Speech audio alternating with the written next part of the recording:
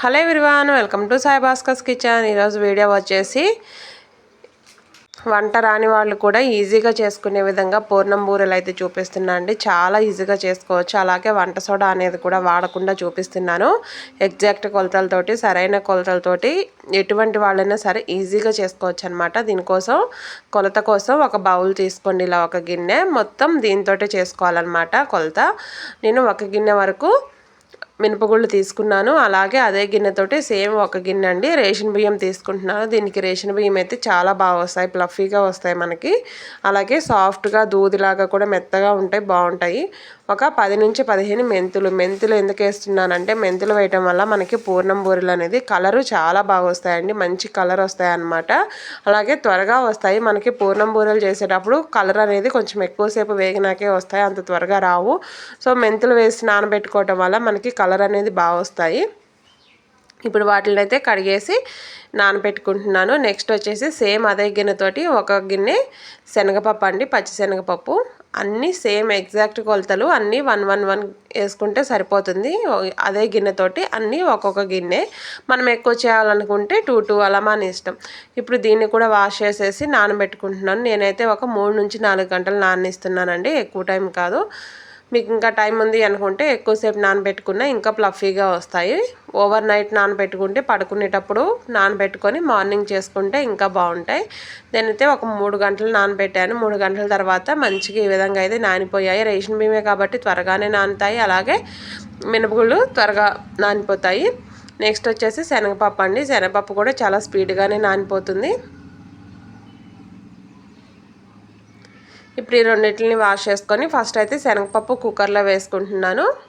నీట్గా కడిగి పెట్టుకున్న శనగపప్పు వేసుకొని మనం ఒక గిన్నె శనగపప్పు వేసుకున్నాం కదా, అదే గిన్నెతోటి 2 గిన్నెల వరకు నీళ్లు పోసి ఉడికించుకోవాలి. హై ఫ్లేమ్ మీద 2 విజిల్స్ వస్తే చాలండి, చాలా త్వరగా ఉడికిపోతుంది మనకు శనగపప్పు. అందుట్లో నానబెట్టుకున్నది కాబట్టి ఇంకా త్వరగా ఉడుకుతుంది.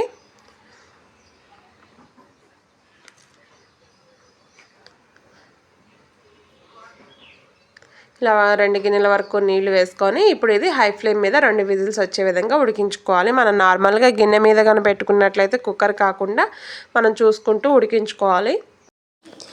ఇప్పుడు ఈ మినపప్పును అయితే మిక్సీ వేసుకుందామండి. గ్రైండర్లో వేసుకుంటే ఇంకా బాగుంటాయి ప్లఫీగా. నేనైతే మిక్సీలో వేసుకుంటున్నాను.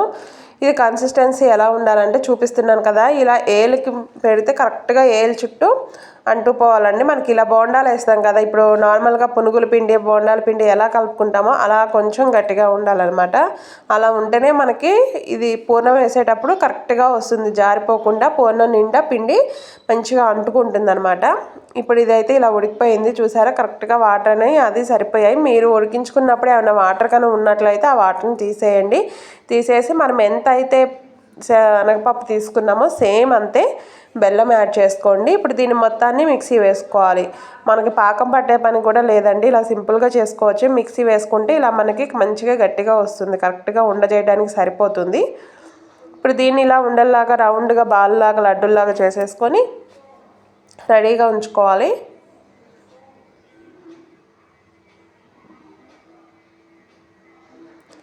ఇలా మొత్తం పిండిని నీట్గా బాల్స్ లాగా చేసేయాలన్నమాట.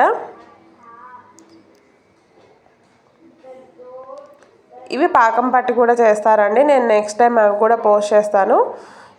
ఇప్పుడైతే చాలా సింపుల్గా చేసుకునే విధంగా ఈ విధంగా అయితే చూపిస్తున్నాను పూర్ణాలు అనేది. పెద్దగా హడావిడి పడాల్సింది కూడా ఏం లేదండి, చాలా సింపుల్గా చేసుకోవచ్చు. మనం ఫస్ట్ పప్పు ఉడకబెట్టుకొని దాంట్లో ఏదైనా సేమ్ క్వాంటిటీ బెల్లం తీసుకోవాలి. మనం ఎంత అయితే పప్పు తీసుకున్నామో అంతే క్వాంటిటీ బెల్లం అనమాట, అంతే. ఇలా మొత్తం లడ్డూలాగా చుట్టేసుకొని ప్రిపేర్ చేసుకొని రెడీగా పెట్టుకోవాలి. ఇప్పుడు మనం ఆల్రెడీ మిక్సీ వేసుకున్న పిండి ఉంది కదా, దీంట్లో మనం ఇంతవరకు సాల్ట్ యాడ్ చేసుకోలేదు కదండి, అందువల్ల కొంచెం సాల్ట్ యాడ్ చేసుకుందాం మనం ఈ పిండికి సరిపడా సాల్ట్. నేనైతే వంట సోడా అనేది అస్సలు వాడలేదు. మీకు కొంచెం క్రిస్పీగా కావాలి అనుకుంటే వంట సోడా యాడ్ చేసుకోండి. ఏంటంటే ఆయిల్ కొంచెం అబ్జర్వ్ చేసుకుంటుంది. మనం అందుట్లో క్వాంటిటీ కరెక్ట్గా ఈక్వల్గా సమానంగా వేసాం కాబట్టి వంట సోడాతో పని లేకుండానే మనకి ప్లఫీగా వస్తాయి, మంచిగా మెత్తగా దూదుల్లాగా వస్తాయండి, బాగుంటాయి. మీకు క్రిస్పీగా కనుక కావాలి పూర్ణం అనుకుంటే కొంచెం ఒక చిటికెడు వంట సోడా యాడ్ చేసుకోండి. నేనైతే యాడ్ చేయట్లేదు, ఓన్లీ సాల్ట్ వరకు యాడ్ చేసి పిండి మొత్తంలో కలిసే విధంగా ఇలా చేతితోటే కలిపేసుకుంటున్నాను.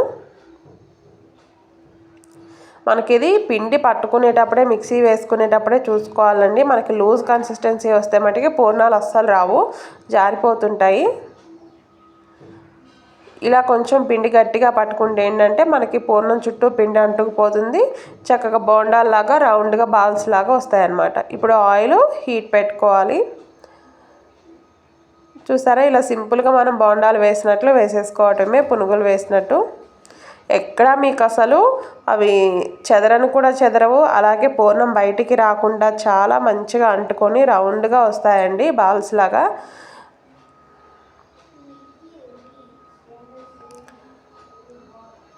ఈ విధంగా 1 బై 1 వేసేసుకోవటమే. కాకపోతే వేసేటప్పుడు కళాయిలో చూసుకోండి, ఒకదానికొకటి అంటుకోకుండా ఉండాలి. అంటుకోకుండా ఉంటే ఏంటంటే మనకి అది లోపల నుంచి స్టఫింగ్ అనేది బయటికి రాకుండా ఉంటుంది, ఈజీగా వేగిపోతాయి, కరెక్ట్గా షేప్ అనేది రౌండ్గా వస్తుందండి.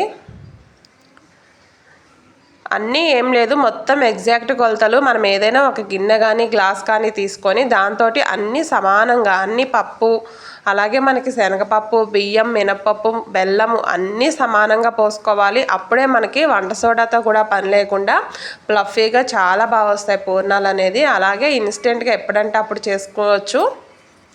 ఒక్కసారికైనా మనం ఈ విధంగా ట్రై చేసామంటే మనకి ఎవ్రీ టైము చక్కగా భయం లేకుండా చేసుకోగలుగుతామండి. చూసారు కదా, ఇప్పుడైతే వేగిపోతున్నాయి, మంచి కలర్ ఊరికనే వచ్చేస్తాయి. మనం మెంతులు వేసాం కదా, దానివల్ల ఏంటంటే మన కలర్ అనేది చాలా త్వరగా వస్తాయి, చూడటానికి తినడానికి కూడా చాలా బాగుంటాయి. ఇప్పుడైతే వేగిపోయాయి, తీసేస్తున్నాను. ఇలాంటి వీడియోస్ అయితే రెగ్యులర్గా పోస్ట్ చేస్తున్నానండి. మిస్ అవ్వకుండా చూడాలంటే ఛానల్ అయితే సబ్స్క్రైబ్ చేసుకోండి. వీడియో ఎవరికైనా యూజ్ అవుతుంది అనుకుంటే షేర్ చేయండి. వీడియో కానీ నచ్చితే లైక్ చేయండి. చూసారు కదా ఎంత బాగున్నాయంటే, టేస్ట్ కూడా సూపర్ అంటే సూపర్ ఉన్నాయండి. తప్పకుండా ఒకసారి ట్రై చేయండి. చాలా ఈజీగా చేసుకోవడం అయితే చూపించాను కదా. వీడియో కానీ నచ్చితే లైక్ చేయండి.